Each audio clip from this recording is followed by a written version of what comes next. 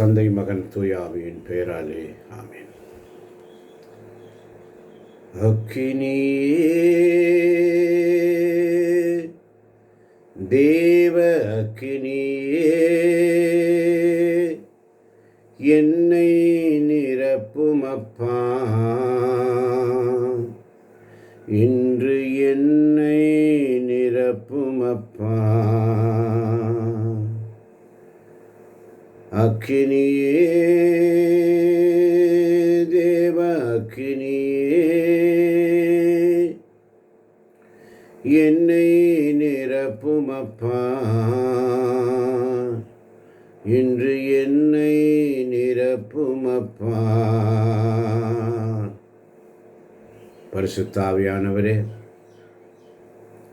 எங்களை தொடுங்கப்பா. எங்கள் வாழ்க்கை முழுவதும் உங்களுக்கே அர்ப்பணிக்கிறோம். அக்கினியினால் எங்களை அபிஷேகம் பண்ணுங்கப்பா. உடைய தூய ரத்தத்தினால் எங்களை கழுவுங்க. தூய ரத்த அபிஷேகம் என்னை நிரப்பிடட்டும். தூய ரத்த அபிஷேகம் என்னை நிரப்பிடட்டும். உடைய வார்த்தையினால் எங்களை நிரப்பும் ஆண்டவரே. அக்கினியினால் எங்களை அபிஷேகம் பண்ணுங்கப்பா. தாகத்தோடு கேட்கிற ஆண்டவரே. திருவெளிப்பாடு புஸ்தகம் 27ஆம் அதிகாரம் 17ஆம் வசனம். திருவெளிப்பாடு புஸ்தகம் 27ஆம் அதிகாரம் 17ஆம் வசனம்.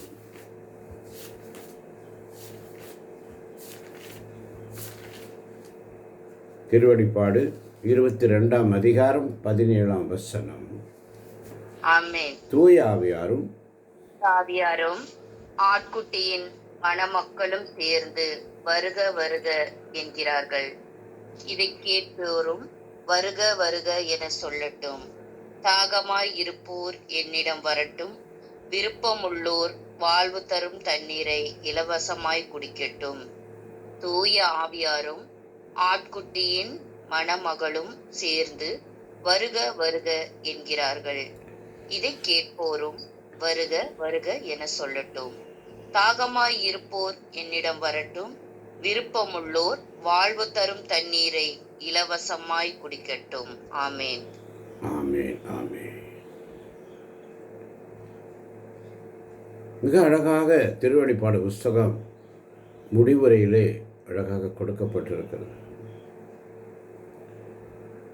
தூய ஆவியாரும் ஆட்டுக்குட்டியின் மணமகளும் சேர்ந்து வருக வருக என்கிறார்கள்.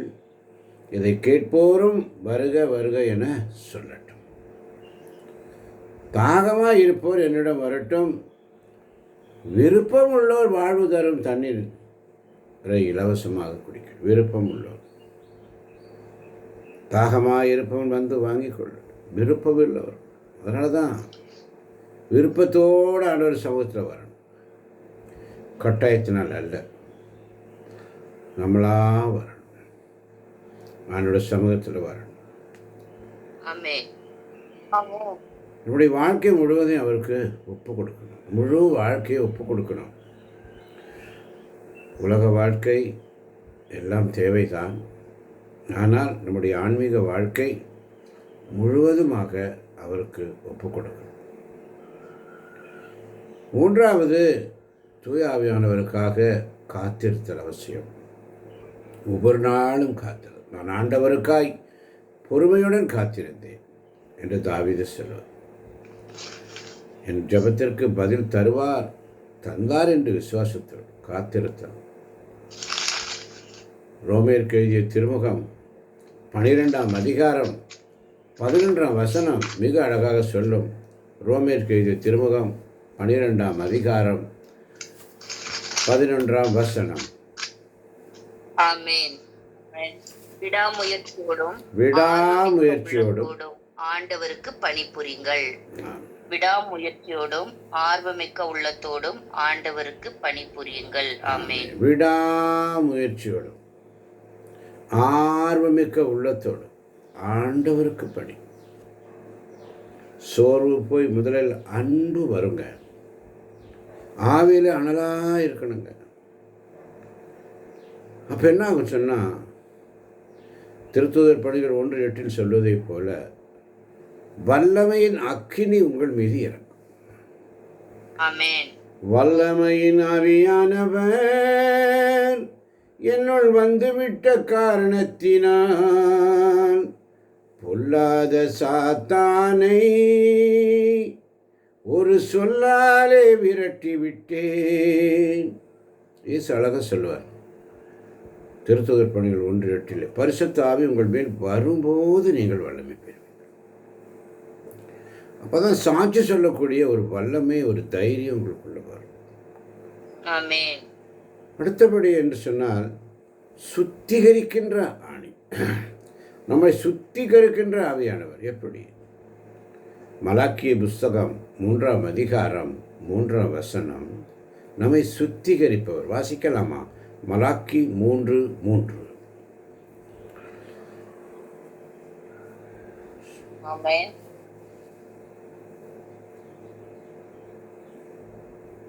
ஆமென்.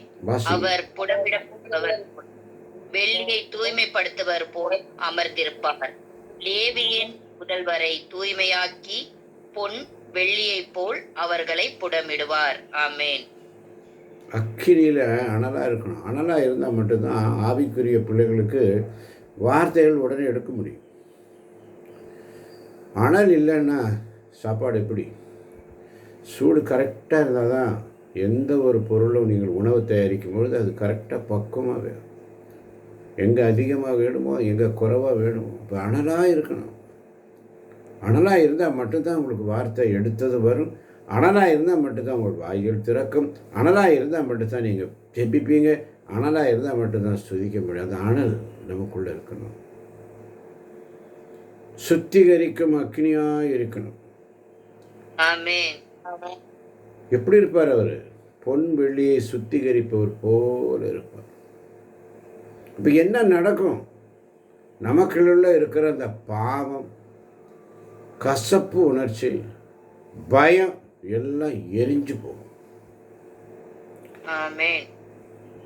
தூய ஆவியானவர்களிடத்தில் வரும் பொழுது சாட்சி சொல்ல தைரியம் வரும், ஜெபிக்க தைரியம் வரும், மன்றாட தைரியம் வரும்.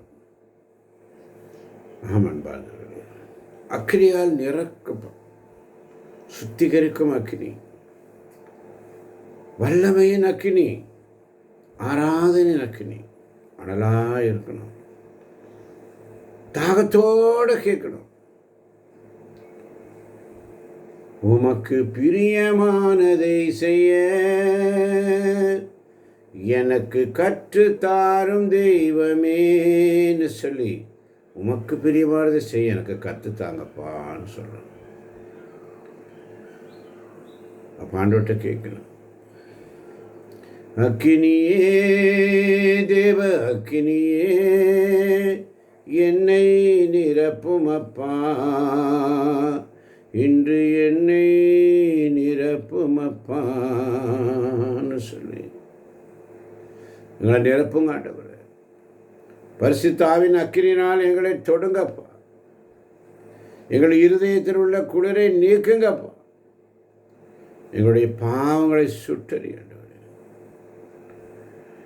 உங்களுடைய வல்லமையினால் எங்களை அபிஷேகத்தினால் நிரப்பும் ஆண்டவரே.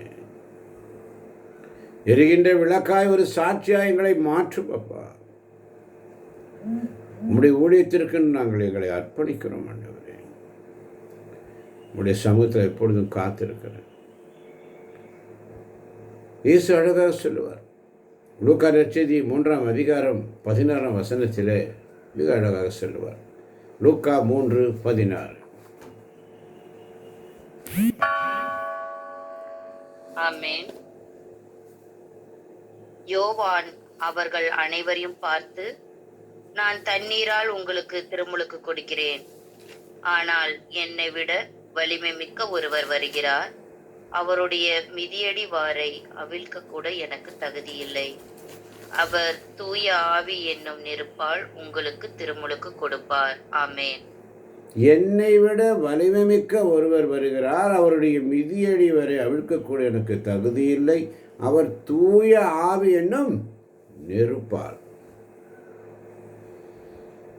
தூய ஆவி என்னும் நெருப்பால் உங்களுக்கு திருமுழுக்கு கொடுப்பார். ஆமென். இவ்வளவு அழகான வார்த்தை. நான் தண்ணீரால் உங்களுக்கு திருமுழுக்கு கொடுக்கிறேன், ஆனால் என்னை விட வலிமை மிக்க ஒருவர், அவர் உங்களை பரிசுத்த ஆவியினாலும் அக்கினியினாலும் ஞானஸ்தானம் கொடுப்பார் என்று யோவான் சொல்லுவார். இதை பழைய ஏற்பாட்டிலே பார்க்கும் பொழுது எரேமியா தீர்க்கதரிசி புஸ்தகம் 20ஆம் அதிகாரம் 9ஆம் வசனம் அக்கினி எப்படி இருக்கும் என்று சொல்லப்பட்டிருக்கு. வாசிக்கலாம். எரேமியா 20:9. ஆமென். அவர் பெயரை சொல்ல மாட்டேன், அவர் பெயரை சொல்ல மாட்டேன், அவர் பெயரால் இனி பேசவும் அவர் பெயரால் இனி நான் பேச மாட்டேன் என்பேனாகில் உம் சொல் என் இதயத்தில் பற்றி எரியும் தீ போல இருக்கின்றது. அவருடைய சொல் நம்முடைய இதயத்தில் பற்றி எரியும் தீ போல, அது என் எலும்புகளுக்குள் அடைப்பட்டு கிடக்கின்றது. அது என் எலும்புகளுக்குள் அடைப்பட்டு கிடக்கிறது. அதனை அடக்கி வைத்து சோர்ந்து போனேன், அதனை அடக்கி வைத்து சோர்ந்து போனேன். இனி என்னால் பொறுத்து கொள்ள முடியாது. இனி என்னால் பொறுத்து கொள்ள முடியாது. ஆமென். அவருடைய வார்த்தை என் எலும்புகளுக்குள் அடைக்கப்பட்ட எரியும் அக்கினியை போல. வார்த்தை, சுட்டரிக்கும் வார்த்தை, சுட்டரிக்கின்ற வார்த்தை, ஆண்டவருடைய வார்த்தை. அன்பார்ந்தவர்களே, அதனால தான் திருத்தூதர் பணிகளில் அன்னை மரியாளோட சேர்ந்து எல்லாம் ஜெபிக்கிறாங்க. தூய ஆவியானவர் அவர்கள் மேல் எப்படி வந்தார் சொன்ன, பிரிந்திருக்கும் நாவுகள் போல வந்து இறங்கினார். காத்திருந்தார்கள். அன்னை மரியாளுடைய பிரசன்னத்தோடு காத்திருந்தாங்க. நாமும் அப்படித்தான் அவருடைய பிரசன்னத்தோடு காத்திருக்கணும். திருத்தூதர் பணிகள் 2ஆம் அதிகாரம் 3-4 வசனங்களை பார்க்கும் பொழுது, நெருப்பு போன்ற பிளவுற்ற நாவுகள் ஒவ்வொருவர் மேலும் வந்து அமர்ந்ததை அவர்கள் கண்டார்கள். அவர்கள் அனைவரும் தூய ஆவியால் ஆட்கொள்ளப்பட்டனர். தூய ஆவியின் தூண்டுதலால் அவர்கள் ஒவ்வொருவரும் வெவ்வேறான மொழியில் பேசத் தொடங்கினார்கள். பார்த்தீங்களா? வேத வசன ஆதாரம் இருக்குதுங்க. அப்போஸ்தலர்கள் எப்படி இருந்தாங்க? ஆண்டவர்கிட்ட கேட்கணும். ஆண்டவரே, இந்த காலை பொழுதிலே உன்னுடைய சமூகத்தில் வந்திருக்கிறப்பா, தூய ஆவியினால் ஆட்கொள்ளப்பட்ட பிற்பாடு பேதுருடைய பிரசங்கம் எப்படி இருந்தது? 3 முறை மறுதளித்தவன் 3000 பேரை மனம் திருப்புகிறான். 3 முறை மறுதளித்தவன் தூய ஆவிகளிடம் வரும்பொழுது நீங்கள் கடவுளுடைய வல்லமை பெறுவீர்கள். ஒரு நாள் அவருடைய சமூகத்தில் காத்திருக்க அழைக்கப்படுகிறோம். அன்பார்ந்தவர்களே, தாகத்தோடு கேட்கணும், ஒப்பு கொடுக்கணும், நம்மளையே காத்திருக்கணும். ஒவ்வொரு நாள் அவருடைய சமூகத்தில் தூய ஆவியின் நாவுகள் ஒவ்வொரு வேலும் இறங்குவதற்காக தாகத்தோடு பரிசுத்தமாய் காத்திருக்கணும். அதனால தான் திருப்பாடல் 91:1 வசனம் மிக அழகாக சொல்லும். திருப்பாடல் 91:1, உன்னதரின் பாதுகாப்பில் வாழ்பவர், எல்லாம் வல்லவரின் நிழலில் தங்கி இருப்பவர். ஆமென். உன்னதரின் பாதுகாப்பில் வாழ்பவர், எல்லாம் வல்லவரின் நிழலில் தங்கி இருப்பவர்.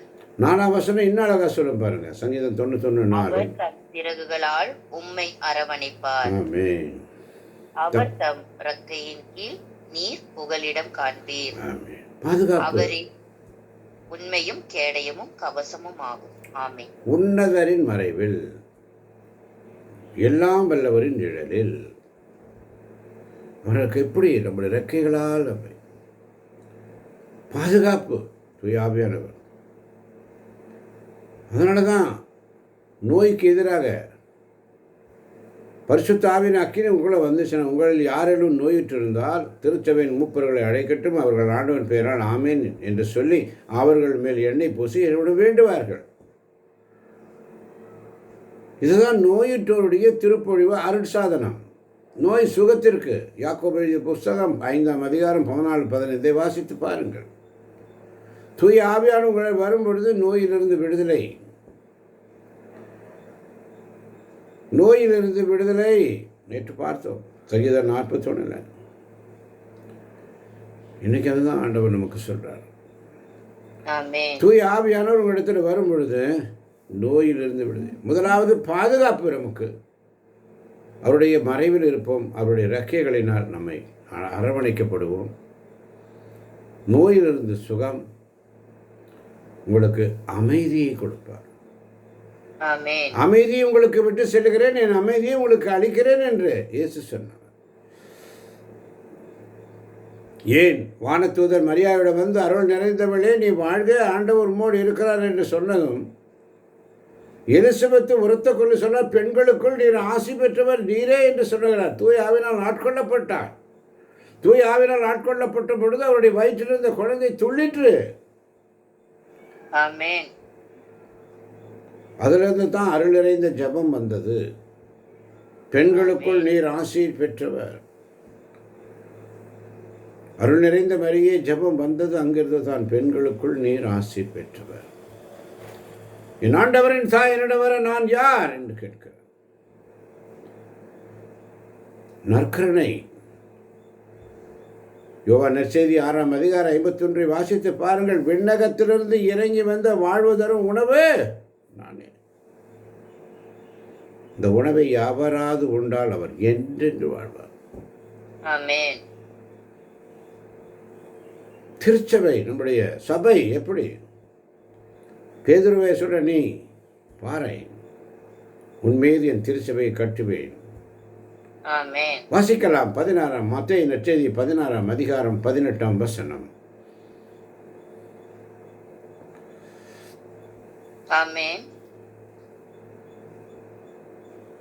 மத்தேயு நற்செய்தி 16ஆம் அதிகாரம் 18ஆம் வசனம். இந்த பாறையின் மேல் என் திருச்சபையை கட்டுவேன். எனவே நான் உனக்கு கூறுகிறேன், உன் பெயர் பேதுரு, இந்த பாறையின் மேல் என் திருச்சபையை கட்டுவேன், பாதாளத்தின் வாயில்கள் அதன் மேல் வெற்றி கொள்ளா. ஆமென். பாதாளத்தின் வாயில்கள் அதன் மேல் வெற்றி கொள்ளா. ஒவ்வொரு நாளும் அதனாலதான் எனக்கு வலுவூட்டுபவரின் துணை கொண்டு எதையும் செய்ய எனக்கு ஆற்றல் உண்டு. பிலிப்பியர் 4:13 சொல்லப்படுகிறது. ஆமன் பார்த்தவர்களே, ஒவ்வொரு நாளும் பெந்தகோஸ்து நாள் வரும் பொழுது சீடர்கள் காத்திருந்தாங்க. அக்கினியினால் நிரப்பப்படுற ஒவ்வொரு நாளும். யார் இந்த பரிசுத்த ஆவி? துணையாளர். இயேசு அழகாக சொல்வார். யோவான் நற்செய்தி 14ஆம் அதிகாரம் 16-17 வாசித்து பாருங்கள். துணையாளர், தந்தையிடமிருந்து உங்களிடம் நான் அனுப்ப போகிற தூய ஆவியானவர். அவர் ஒரு சக்தி அல்ல, அவர் ஒரு ஆள், நம்ம கூட வாழும் தேவன். பரிசுத்த ஆவியை என்னை அறிமுகப்படுத்திக் கொள்ளும் என்று சொல்லி ஜெபிக்கணும். அதனாலதான் யோவான் அழகா சொல்லுவார், அவர் உங்களை பரிசுத்த ஆவியினாலும் நெருப்பினாலும் திருமுழுக்கு கொடுப்பார் என்று சொல்லி. அக்கினி, சுத்திகரிப்பு, வல்லமை, பழையதை எரித்து புதியதை தரும். என்னை சுட்டறியும் ஆண்டவரே என்று சொல்லி ஒப்புக்கொடும். ஊழியத்திற்கான வல்லமை. ஊழியத்தை செய்வது தடுமாற்றம் வராது. பயத்தை போக்கும், சாட்சி தரும். ஊழியத்தின் அபிஷேகம் பண்ணும். எப்போ? திருத்தூதர் பணிகள் 1:8 வாசித்து பாருங்கள். தூய ஆவியான உங்களிடம் வரும்போது நீங்கள் வல்லமை பெறுவீர்கள். தூய ஆவியான வந்துட்டா பரிசுத்தாவின் கனிகளை பெற்றுக்கொள்ள முடியும். ஆவியின் கனி கலாத்தியர் 5:22-23 வசனத்தை வாசித்து பாருங்கள். செய்தி என்ன? வரங்களை விட கனி முக்கியம். நீங்கள் என்னை தேர்ந்து கொள்ளவில்லை, நான் தான் உங்களை தேர்ந்து கொண்டேன். நீங்கள் கனி தரவும். நீங்கள் தருகின்ற கனி நிலைத்திருக்கவும். வரங்களை விட கனி முக்கியம். ஆமென். நம்முடைய குணம் மாறணும். குணம் மாறுதலே உண்மையான அடையாளம். ஆமென். இந்த குணம் அப்படியே தான் இருக்கு. அதில் மாற்றம் இல்லைன்னா ஒரு பிரயோஜனம் இல்லை. ஆண்டவரே, வரங்களை விட கனி முக்கியப்பா. என் வாழ்க்கையில் கனி கொடுங்க. தூய ஆவியானவரே,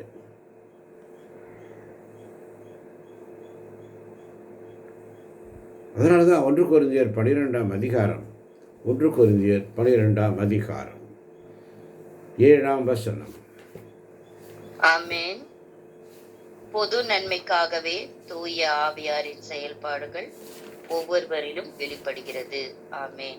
பொது நன்மைக்காகவே, பொது நன்மைக்காகவே, பொது நலனுக்காகவே ஒவ்வொருவருக்கும் தூய ஆவின் வெளிப்பாடு கொடுக்கப்படுது. ஆமென். செய்தி என்ன? அதனுடைய ஞானம், அறிவு, விசுவாசம், சுகமாக்கும் வரம், தீர்க்க தரிசனம், ஜபம் செய்ய முடியும்.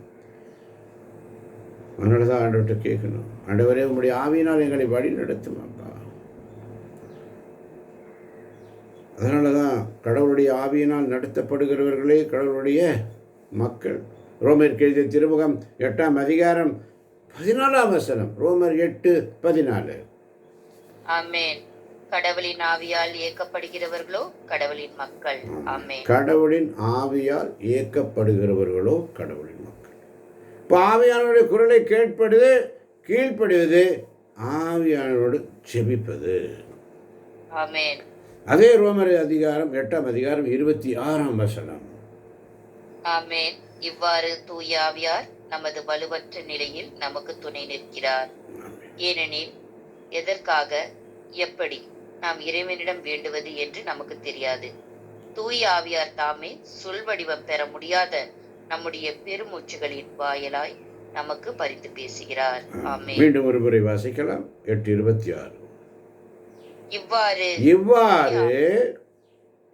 தூய ஆவியார் நமது வலுவற்ற நிலையில் நமக்கு துணை நிற்கிறார்.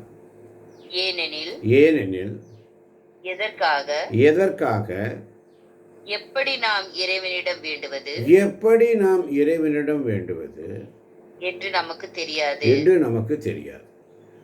தூய ஆவியார் தாமே சொல் வடிவம் பெற முடியாத நம்முடைய பெருமூச்சுகளின் வாயிலாக நமக்காக பரிந்து பேசுகிறார். ஆமென்.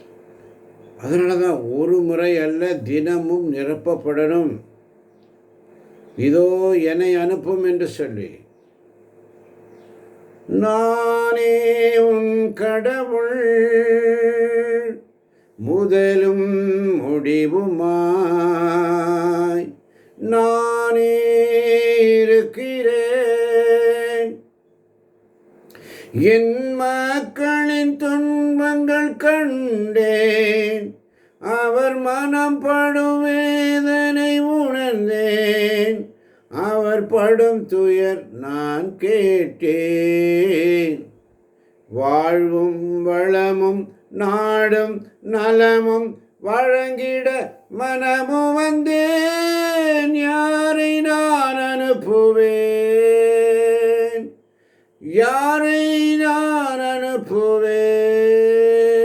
சொல்லுவார். எஸ்ஐயா தீர்க்கதரிசி சொல்லுவார். எஸ்ஐயா 6:8, இதோ என்னை அனுப்பும்,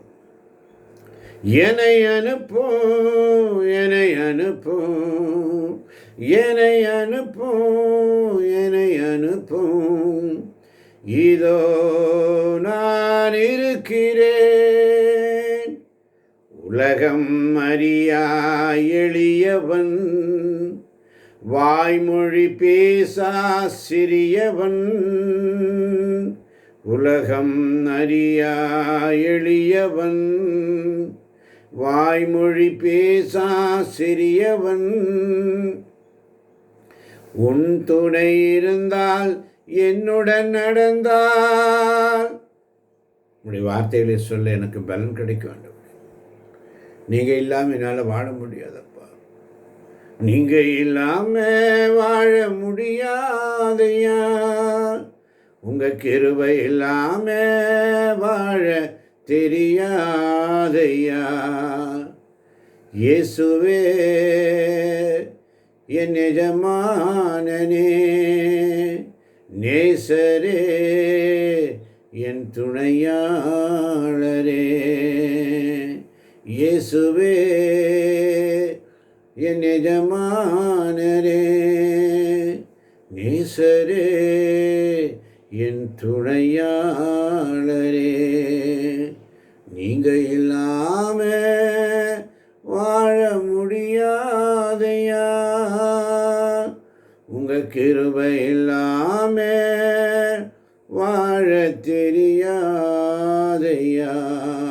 சொல்லி ஒரு முறை அல்ல, தினமும் தூயாவினால் ஆட்கொள்ளப்பட வேண்டும். தூயாவின் வல்லமை ஒவ்வொரு நாளும் அக்கினியாக நமக்கு வரணும். அதற்காக மன்றாடுவோம், செபிப்போம், சுதிப்போம். இதை கேட்கப் போகின்ற ஒவ்வொரு பிள்ளைகளையும் தேவன் நிறைவாக ஆசீர்வதிப்பாராக. இயேசுவின் நாமத்தில் பிதாவே. ஆமேன், ஆமேன்.